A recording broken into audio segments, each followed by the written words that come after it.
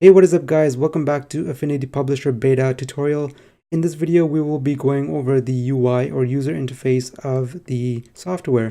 And I won't go through every single layout, the detail, but we'll go through the main ones and you will understand where everything is. The first thing you'll notice is this left column, which allows us to access the master pages and pages. And as you can see, we only have a single page right now, but we can add multiple pages in order to create the spreads that we talked about in the previous document setup video. And we can add a new page by clicking this add pages icon, and it gives us the option to choose the number of pages we want to add. Let's say 11, and we want to insert it after page number 1. And right now we have no master pages, so leave that to none and then click OK. As you can see, the spread that we were talking about has been created. Page 1 is a single page that is basically the front cover of, let's say, a brochure or a book. Page 2 and page 3 is a spread, and so on. So we have a total of 12 pages, and the 12th page is the back cover. If you want to navigate to those pages, you can just choose the page you want to go to and double click on it. Let's go to page 1.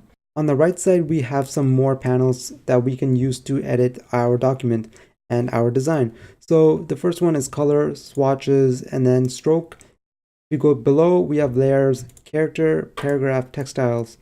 Now, these are very customizable, so if you don't like the way they are positioned, if you don't like the layout of it, you can select the panel that you want to move, click and drag that tab, and then you can move it over. So you can have a floating panel, or you can click and drag again and then move it to a different location. So let's say you want it before layers, you can place it right there. And let's say you want to go back to the default setting or the default layout. You can do that by going to view, going to the studio, and then go to reset studio.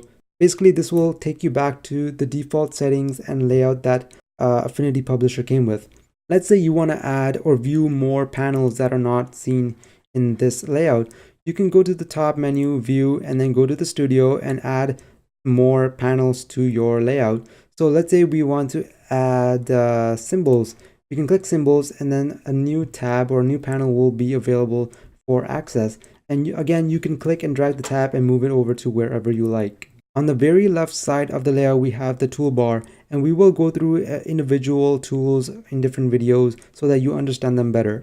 You can also customize your document using the document setup icons or the spread setup, and you can also go to your preferences to access additional settings for Affinity Publisher. At the top bar, you have file, edit, document, and additional drop-down menus that you can access to find other settings and effects or other controls. And you can also use controls or shortcut controls to access those as well for easy access. Below the top menu, you have additional settings and icons that you can click, and this will update depending on what tool you have selected. So let's say we have the text tool. So let's go to the artistic text tool, and you will see that we have access to additional text options. And if you go to the hand tool, it changes according to that tool.